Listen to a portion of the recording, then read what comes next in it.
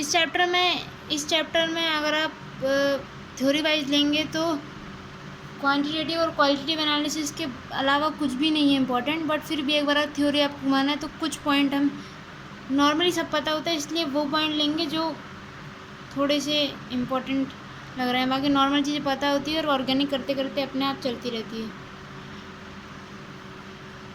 यहाँ पे दिया ये नाम वाम कुछ याद नहीं रखना, बस सिर्फ आइडिया के लिए कि बर्जीलियस ने बोला था कि वाइटल फोर्स ज़रूरी होता है ऑर्गेनिक कंपाउंड के फॉर्मेशन के लिए। हमें उसको ऐसा लगा कि जैसे ह्यूमंस बनते हैं वैसे ऑर्गेनिक कंपाउंड भी पता नहीं कोई फोर्स से बनते होंगे, कुछ होता होगा मैजिकल, बट ऐसा कुछ नहीं है। वोलर ने किया, अमोनियम साइनाइड से यूरिया बना दिया हीट करके। तो अमोनियम साइनाइड होता है NH4CNO, उसको हीट करके यूरिया बना दो NH2CONH2। फिर एसिटिक एसिड बनाया कोल्बे ने और मीथेन बताया बर्थिलॉट ने। ये बिल्कुल याद नहीं रखना, जस्ट ऐसे ही, क्योंकि एटलीस्ट इन सब चीज़ों से तो नया जो इसमें दी है। अब sp हाइब्रिड जो ऑर्बिटल होती है उसमें s कैरेक्टर ज़्यादा होता है sp2 और sp3 के कंपैरिजन में।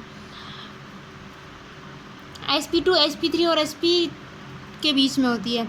तो greater the s character greater is the electronegativity. जितना ज़्यादा s कैरेक्टर होगा उतनी ज़्यादा ऑर्बिटल की इलेक्ट्रोनेगेटिविटी होगी। मतलब s सबसे ज़्यादा इलेक्ट्रोनेगेटिव, sp सबसे ज़्यादा इलेक्ट्रोनेगेटिव, sp2 उसके बाद, sp3 सबसे बाद में।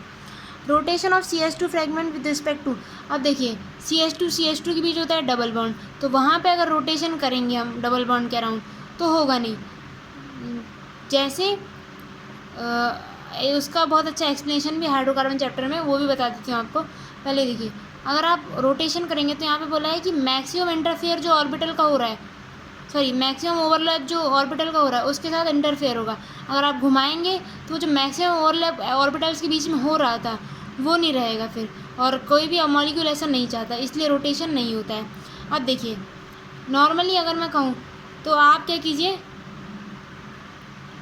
ये देखिए हमको हाइड्रोकार्बन चैप्टर में दिया है कि अगर जैसे मान लीजिए मैंने इस कार्बन को स्टेबल कर दिया, ये दोनों कार्बन है उनके बीच में ये जो पेन है वो एक सिंगल बॉन्ड है, तो अगर मैंने इस कार्बन को स्टेबल कर भी दिया और मैं दूसरे कार्बन को घुमाऊँ तो वो घूम जाएगा आसानी से।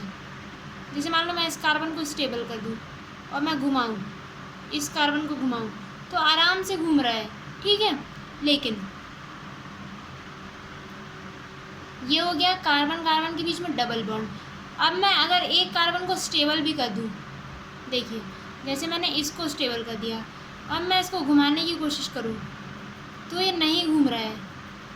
जैसे एक सिंगल बॉन्ड में एक कार्बन को स्टेबल करने पे दूसरा वाला कार्बन पूरे बॉन्ड के साथ घूम रहा था और वो अकेला पूरा घूम जा रहा था, वैसे दो बॉन्ड में ऐसा नहीं हो सकता। एक बॉन्ड थोड़ा सा मुड़ भी जाएगा, दूसरा बॉन्ड पूरी तरह से स्टेबल है। इसीलिए डबल बॉन्ड में रोटेशन इतना आसान नहीं होता जितना सिंगल बॉन्ड में होता है। इसलिए जो कन्फर्मेशंस होते हैं वो सिंगल बॉन्ड के अराउंड हम बॉन्ड को घुमा घुमा के करते हैं, डबल बॉन्ड के अराउंड कभी भी रोटेशन नहीं होता, क्योंकि काफ़ी उससे जो ओवरलैप होता है उसमें इंटरफेयर होता है और मॉलिक्यूल की अनस्टेबिलिटी बढ़ती है। Pi bonds provide the most reactive centre in the molecules containing multiple bond. अब पाई बॉन्ड जो डबल बॉन्ड या ट्रिपल बॉन्ड रहते हैं वहाँ पे इलेक्ट्रॉन डेंसिटी काफ़ी ज़्यादा रहती है, तो वहाँ पे जिसको अगर इलेक्ट्रॉन चाहिए, जो भी इलेक्ट्रोफाइल है, इलेक्ट्रॉन लवर है, जो इलेक्ट्रॉन की चाह में कहीं घूम रहा है, वो पाई बॉन्ड पे आके बैठ जाता है और वहाँ फिर बॉन्ड बना देता है, क्योंकि इसको इलेक्ट्रॉन चाहिए और इनके पास इलेक्ट्रॉन डेंसिटी काफ़ी ज़्यादा होती है। तो पाई बॉन्ड्स डबल बॉन्ड या ट्रिपल बॉन्ड दोनों में से कोई भी।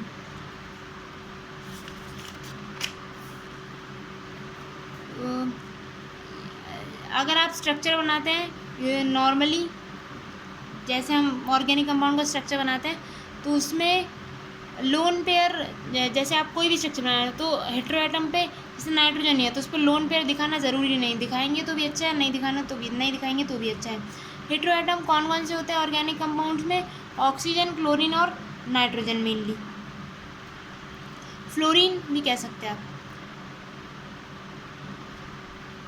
यहाँ पे आपको दिया है जैसे आप नॉर्मल कंप्लीट स्ट्रक्चर बना सकते हो, फिर बॉन्ड लाइन बना सकते हो जिसमें आपको कुछ भी डोनेट नहीं करना रहता हेटेरोएटम्स के अलावा। 3 डायमेंशनल रिप्रेजेंटेशन कर सकते हो, बैच डैश वाला, ये जो ट्रायंगुलर स्ट्रक्चर होता है इस टाइप का उसको आप बैच बोलते हो। एक आपने देखा भी होगा, अगर दो लकड़ी के बीच में आप वेज लगा के हथौड़ा ठोकोगे तो वो बीच में से फट जाती है। तो यहाँ पे एक चीज़ है कि जो वेज का जो ये मोटा साइड रहता है, जैसे ये जो ट्रायंगल शेप है इसका जो बेस साइड है उसको आप हमेशा ऑब्जर्वर की साइड रखते हो। तो ये जो सॉलिड है उसका वेज भी ऑब्जर्वर की साइड में, और जो डैश है उसका वेज भी ऑब्जर्वर की साइड है। मतलब अगर आप इस साइड से देख रहे हो तो यहाँ पे स्ट्रक्चर है और आप ये है ऑब्जर्वर, तो उसका जो वेज होगा वो हमेशा इस साइड रहेगा, मतलब जो सॉलिड जो मोटा वाला साइड रहेगा, और जो पॉइंटेड साइड रहेगा वो हमेशा अपोजिट साइड रहेगा। तो देखिए यहाँ पे जो सॉलिड वेज है उसका जो मोटा वाला साइड है वो भी ऑब्जर्वर की साइड है, और इसका भी जो मोटा वाला साइड है वो भी ऑब्जर्वर की साइड है।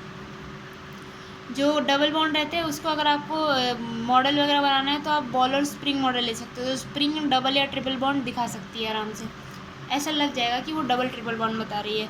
स्टिक से आप सिर्फ सिंगल बॉन्ड ही दर्शा सकते हैं ना, ऐसा दिखाई देता है। यहाँ पे एक चीज़ है कि ऑर्गेनिक कंपाउंड दो टाइप के होते हैं, एक तो ओपन चेन होते हैं, नॉर्मल एक चेन टाइप जैसे हम लिखते हैं, जैसे ये है। एक होता है साइक्लिक। साइक्लिक में दो होते हैं, या तो एरोमेटिक होगा कोई भी, ठीक है, या तो नॉन एरोमेटिक होगा। एरोमेटिक का हमको क्राइटेरिया पता है, कंजुगेशन होना चाहिए, प्लेनर होना चाहिए, और हकल्स रूल फॉलो करना चाहिए, 4n+2 इलेक्ट्रॉन्स। और बाकी जितने भी हो नॉन एरोमेटिक होंगे। तो नॉन एरोमेटिक बोल लीजिए या एलिसाइक्लिक बोल लीजिए, उनका अपना नाम है। एलिसाइक्लिक के अंदर एंटी एरोमेटिक भी आएंगे और नॉन एरोमेटिक भी आएंगे और नॉर्मल कंपाउंड भी आएंगे, नॉर्मल साइक्लिक कंपाउंड भी जो एरोमेटिक नहीं है। तो दो सिंपल से क्लासिफिकेशन है, बहुत ज़्यादा यहाँ पर टेबल में कन्फ्यूजन की जरूरत नहीं है। कंपाउंड दो टाइप के होंगे, या तो सिंपल होंगे सीधे सीधे, या तो गोल चक्कर मतलब साइक्लिक होंगे। साइक्लिक में या एरोमेटिक होंगे या तो नॉन एरोमेटिक होंगे, मतलब एलिसाइक्लिक होंगे। तो एलिसाइक्लिक जैसे साइक्लोहेक्सेन, साइक्लोहेक्सीन, कोई भी, जैसे यहाँ पे स्ट्रक्चर दिख रहा है तो ये फ्यूरान। अब देखिए कोई भी साइक्लिक में या तो सिर्फ और कार्बन और हाइड्रोजन का बनाओ, या फिर उस रिंग में ऐसा नहीं है कि सब्स्टिट्यूट। जैसे अगर आप बोले कि नाइट्रो साइक्लोहेक्सेन तो आप बोलेंगे कि ये भी तो यार हेटेरो है, नहीं, हेटेरो एटम रिंग में होना चाहिए तो वो हेटेरो कहलाएगा। जैसे यहाँ पे हेटेरो है, अगर आप मैं यहाँ पे फ्लोरीन अटैच कर दूँ तो ये हेटेरो नहीं हो जाएगा। इसलिए ऑर्गेनिक कंपाउंड होते हैं या तो नॉर्मल सिंपल चेन या फिर साइक्लिक। साइक्लिक में या तो एरोमेटिक या फिर एलिसाइक्लिक। एरोमेटिक में, अब एरोमेटिक के अंदर ज़रूरी नहीं है कि कोई एरोमेटिक है तो मतलब बेंजीन हो ही उसमें, ऐसा नहीं होता। एरोमेटिक में भी बेंजीन हो सकता है, बेंजीन नहीं भी हो सकता है, और बेंजीन नॉन बेंजीन भले चाहे बेंजीन हो चाहे नहीं हो, 3 कैटेगरी होती है यहाँ पे। एक तो बेंजीन, एक जिसमें बेंजीन नहीं है, और एक जिसके साइकिल के अंदर कोई दूसरा हेटेरो एटम डाल दिया। वैसे ही एलिसाइक्लिक में नॉर्मल कार्बन हाइड्रोजन वाले या फिर एक हेटेरो एटम वाला। तो फिर से एक बार इसको रिवाइज करते हैं, एक नॉर्मल चेन, एक साइक्लिक चेन। साइक्लिक में दो, एलिसाइक्लिक और एरोमेटिक। एलिसाइक्लिक में भी दो, होमोसाइक्लिक मतलब सिर्फ कार्बन हाइड्रोजन से बने रिंग, और हेटेरोसाइक्लिक मतलब रिंग में दूसरा और कोई एटम आ गया। उसके बाद एरोमेटिक, तो एरोमेटिक में भी बेंजीन हो जिसमें बेंजीन ना हो, और जिसमें कोई और एक्स्ट्रा एटम हो, ठीक है। यहाँ पे एग्जांपल टेट्राहाइड्रोफ्यूरान। फ्यूरान क्यों बोला, क्योंकि देखिए फ्यूरान का स्ट्रक्चर कुछ होता है इस टाइप का, ओ लगा होता है, यहाँ पे 2 डबल बॉन्ड होते हैं। अब 2 डबल बॉन्ड हट गए, 2 डबल बॉन्ड हटाने पे 4 हाइड्रोजन एटम जुड़ जाएंगे, तो फिर आप उसको बोलेंगे टेट्राहाइड्रोफ्यूरान, ठीक है। यहाँ पे ट्रोपोन करके एक कंपाउंड दिया है, ट्रोपोन। ये नॉन बेंजीनोइड है क्योंकि इसमें बेंजीन रिंग नहीं है, पर ये हेटेरोसाइक्लिक नहीं है क्योंकि जो ऑक्सीजन एटम है वो बाहर है, ना कि यहाँ पे। यहाँ पे दिया है फ्यूरान, अपन ने थोड़ी देर पहले देखा था वो टेट्राहाइड्रोफ्यूरान।